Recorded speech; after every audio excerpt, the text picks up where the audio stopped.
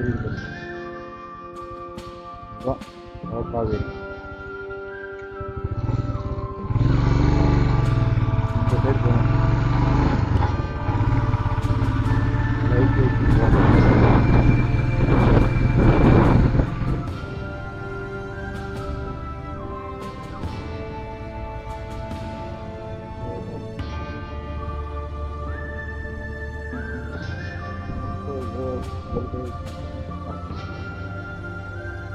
Talakaveri temple. Talakaveri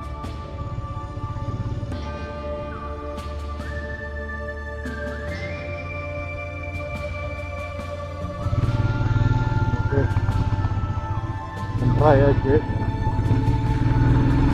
Talakaveri அது ஊருக்கு பாருங்க. ஸ்டாப் ஆகுது.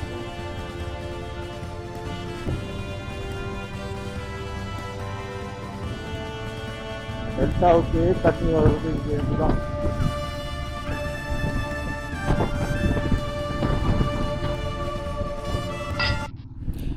இந்த இடம் வந்து மலையோட உச்சியில் இருக்குது. இது வந்து கிட்டத்தட்ட மைசூர் வந்துட்டு மடிக்கேரிலேருந்து 48 கிலோமீட்டர் டிஸ்டன்ஸுக்கு இது வரத்துக்கு இங்கே கொஞ்சம் டைம் எடுத்துக்கிச்சு. ஆல்மோஸ்ட் ஒரு 4:30 மணிக்கு தான் நான் இங்கே வந்து ரீச் ஆனேன். வந்தாச்சு. ட்ரெடிஷ்னல்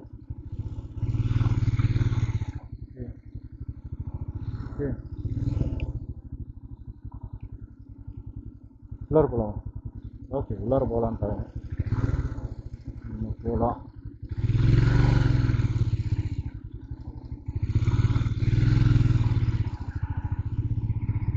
அந்த ஸ்டார்ட் பண்ணுறதுன்னு தெரியல.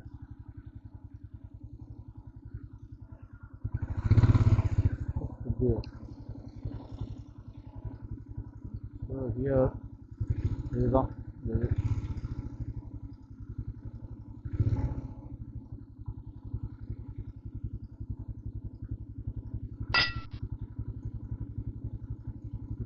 ஃபார் யுவர்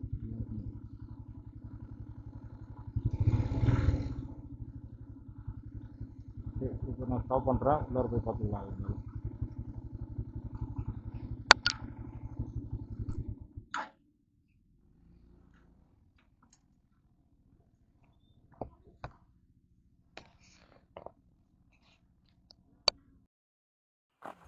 வண்டியை பார்க் பண்ணிவிட்டு இறங்கி சுற்றி பார்த்தா ஆசம்ங்க.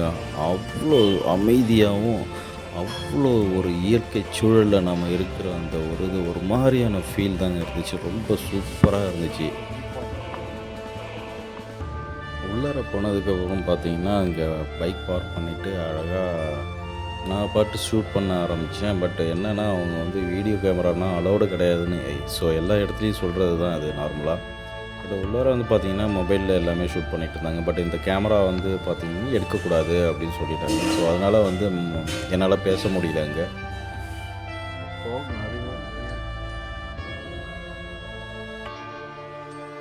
இதுதான் நம்ம கிட்ட இருக்கு தலக்காவேரி.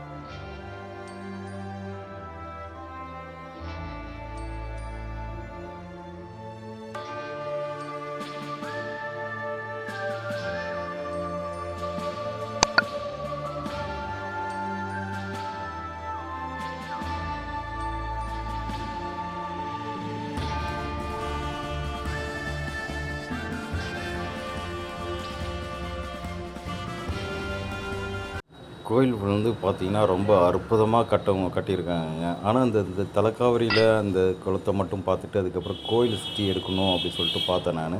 கூட்டம் கம்மியாக இருந்ததுனால என்னால் கொஞ்சம் ஈஸியாக எடுக்க முடிஞ்சுது. உள்ளார விநாயகர் டெம்பிளும் ஒரு சிவனோட அது லிங்கமும் இருந்தது.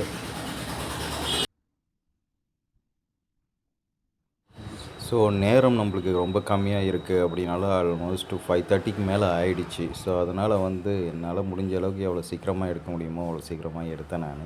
இந்த மண்டபம்லாம் பார்க்கும்போது ரொம்ப பார்க்குறதுக்கு ரொம்ப அழகாக இருந்தது. ஃபைனலாக சிவராத்திரி அன்றைக்கினா வந்து பார்த்திங்கன்னா ரொம்ப செலிப்ரேட் பண்ணதாக சொன்னாங்க அங்கே உள்ள குருக்கள்கள்.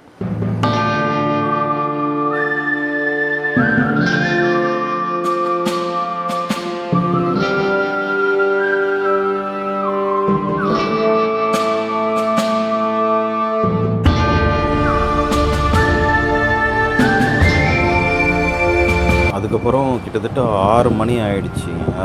6 மணியில் இந்த இதில் பார்த்திங்கன்னா சுற்றி பின்னாடி எல்லாம் ஃபாகு தான். ஃபுல்லாக மேகக்கூட்டங்கள் நிறைய வர ஆரம்பிச்சிடுச்சு. அதுக்கப்புறம் கொஞ்சம் கொஞ்சமாக ரொம்பவும் இருட்டாக சரி இது ரொம்ப குளிரவும் ஆரம்பிச்சிடுச்சு. அது 6 மணிக்குன்னா பார்த்திங்கன்னா தெரியும் உங்களுக்கு மேகக்கூட்டங்கள் எவ்வளோது இருக்குன்னு.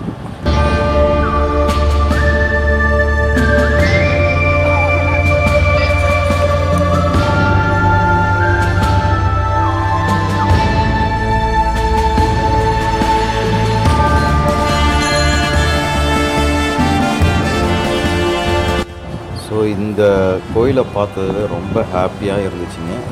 கடைசியாக கிளம்புனது இந்த கோயிலில் நான்